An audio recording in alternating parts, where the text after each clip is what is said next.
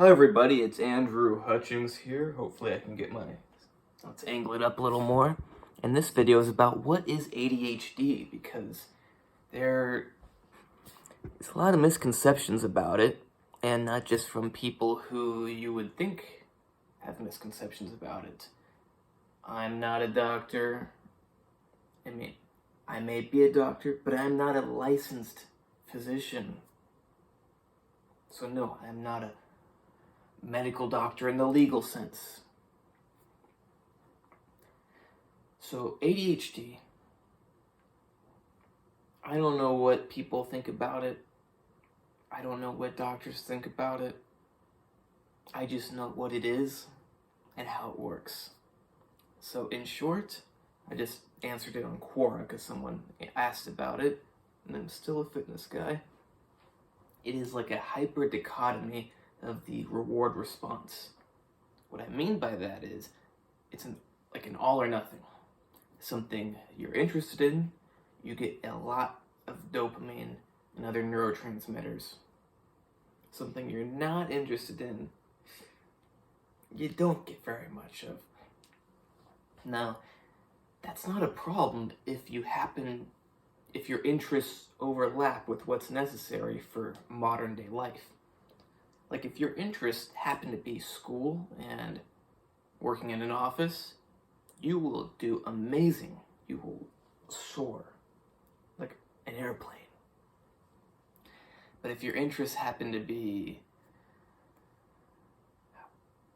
I don't know, running in circles and drawing pictures and playing video games, now there's always a chance you could make a living off that stuff, but chances are it's not gonna jive too well with modern life.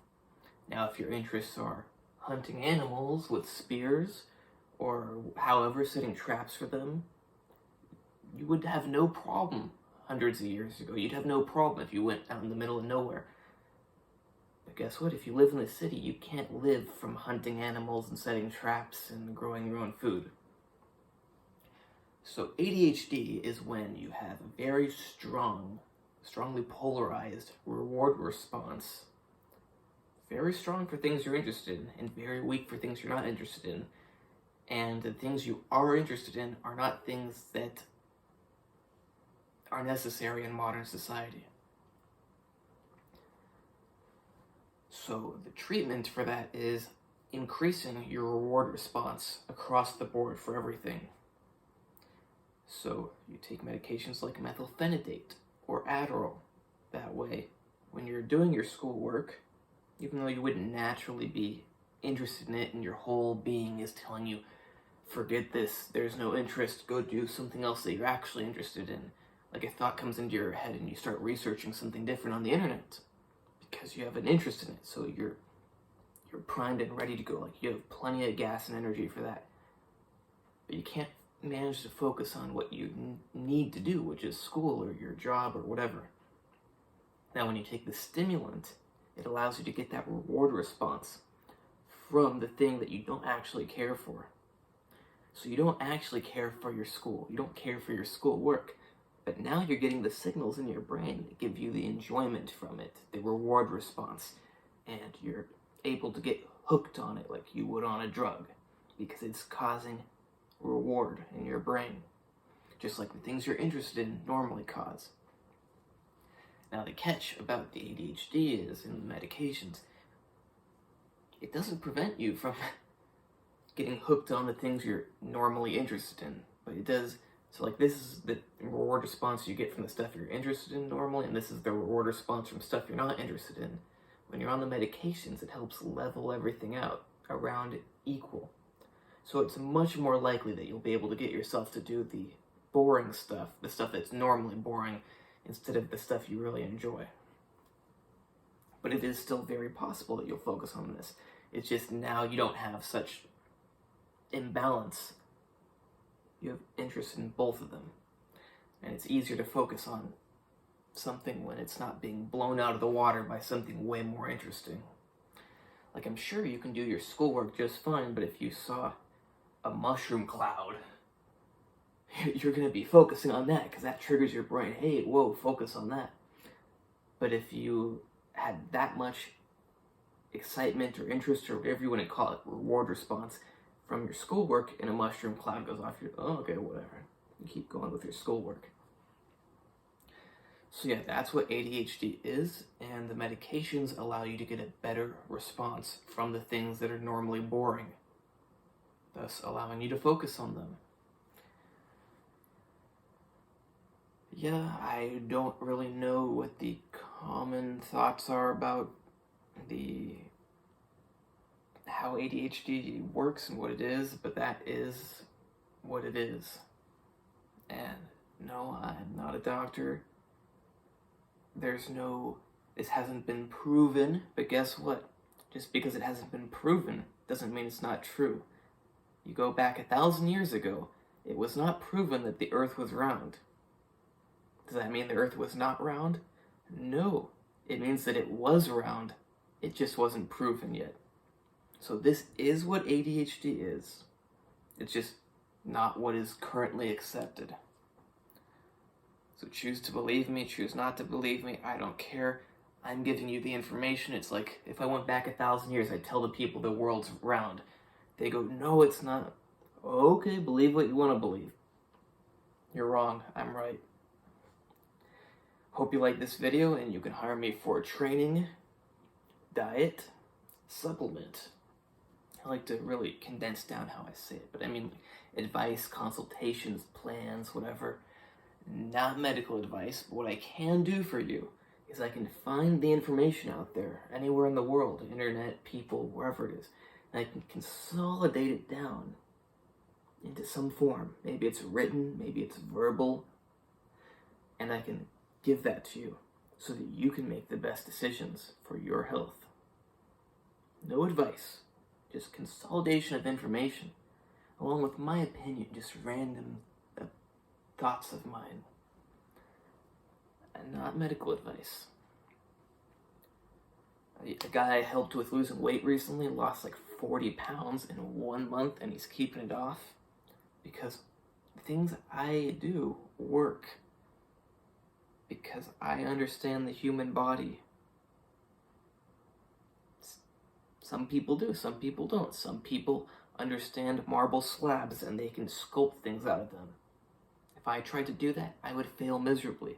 Even if I went to marble slab sculpting school, I would never be like Michelangelo. Some people are amazing horse riders. They really connect with the horses.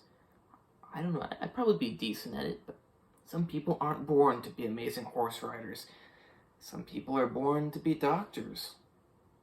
Other people, they go to medical school, they get licensed, and they'll never be a true doctor. They'll never understand the human body. They know the stuff they've memorized in their books, and they've memorized how to treat certain things. They've memorized if A, then B. They've memorized how to look for certain results from certain tests, but they don't actually have that deep, intimate connection with the human body. I do have that. So, if you want to improve your health, I can help you. I just can't give medical advice because at the moment I am not a licensed physician. Actually, at my university, I am in trouble right now because during a class, I apparently insulted physicians.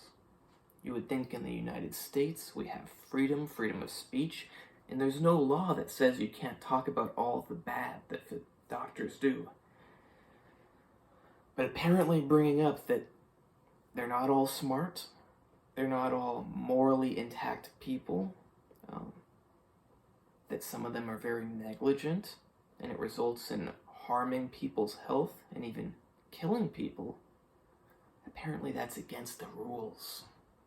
You can't talk about that. You just can't talk about it, apparently. We wouldn't want people to know that doctors actually aren't superheroes. They're not gods. They're not angels. They're people. Just because you graduated medical school and got licensed does not make you a good person. Does not make you a smart person. Does not make you a good doctor. It doesn't make you anything except for a person who went through medical school and got licensed. Some very evil people were doctors. Joseph Mengele was a doctor. Other doctors in the United States even purposely infected people with deadly diseases. What happened to the medical degree making them a superhero angel saint? I guess it just doesn't apply to them for some reason. Yeah, but to every other doctor, it makes them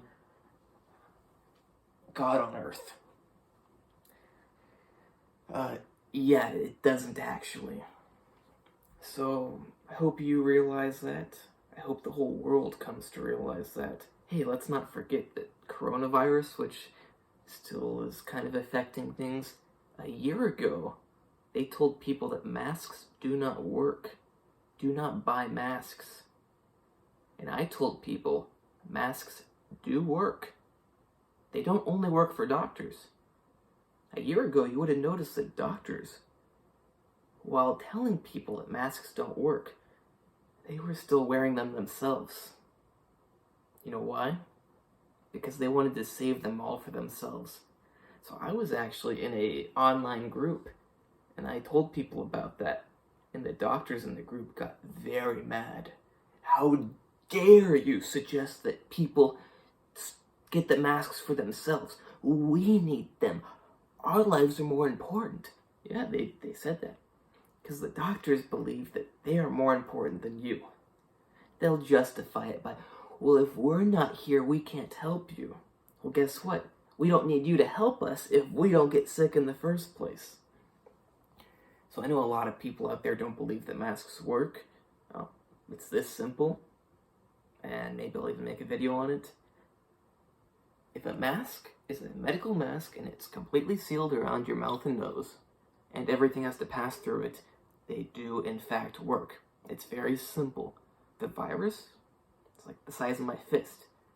The pores in the mask are like that.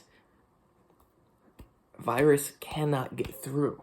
Now, if you wear a cloth one, or there's openings on the sides, or there's a tear in it, yeah, it doesn't, sorry, I got the hiccups, does not block the virus.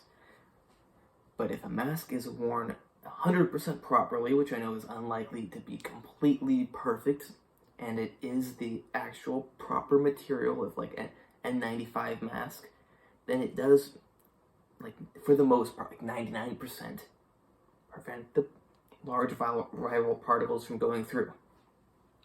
Now, I remember a year ago when I would first start talking about it, people would be like, oh, but if I can smell farts, that means that the virus is going to get through because the fart particles are going to get through. And that was like, if you don't know about science, sure, I guess that's like, oh, that disproves the masks. But guess what?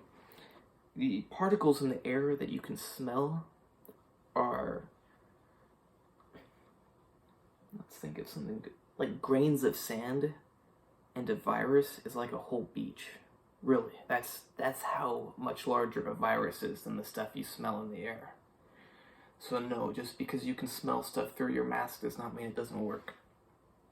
I'm not saying everyone should wear masks everywhere they go. I don't. And yeah, enough about masks. I just wanted to clear that up because I like to clear up misconceptions, just like I like to clear up this one about ADHD. Just like I want to clear up the one about doctors. So I hope you like this video. Check out my other videos. And not just on the side, click on my icon, because I've got like 170 videos, maybe like 180 by now. And you want to scroll down, because I've got ones that are from like 7 months ago that are good. And I have started to run out of things to talk about. And remember, you can hire me for fitness stuff. I am actually in good shape. You can check out my Instagram, natural_true_fitness. Because unlike a lot of fitness people, I don't just inject the steroids, pop the steroids, smoke the steroids. Just kidding, they don't smoke steroids. I did know a guy who snorted steroids because he didn't realize you're supposed to eat them, and he got the pure powder. But yes, I know what works for when you're not on steroids. Well, actually, you can do most of the same stuff when you do take steroids, but yeah. it's nice to see what can be achieved naturally without them. I'm not saying you can achieve everything I can achieve, but there's some of you who can achieve a lot more than I can. My genetics are good for muscle, but they're not the best. Once again, I hope you like this video. Please like, subscribe, and comment. Comment anything. Andrew, you are awesome. Andrew, thanks for telling the truth. Andrew, thanks for not being afraid to tell the truth. Andrew, never be deterred by the people trying to silence you. Yeah. Oh yeah, I think I already said, but I actually got in trouble, so we'll have to see what happens. Because apparently my offense is insulting physicians. Very serious offense.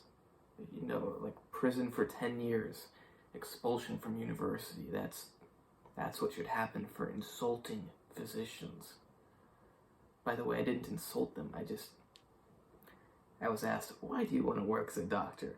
And I said, because many doctors are horrible in XYZ ways. I went into some details about all the ways. I said, I want to contribute against that. I want to be a good doctor who's not negligent, not stupid, not a sellout. So that when someone goes to the doctor, they'll come out better than when they arrived. Now, that was blasphemy.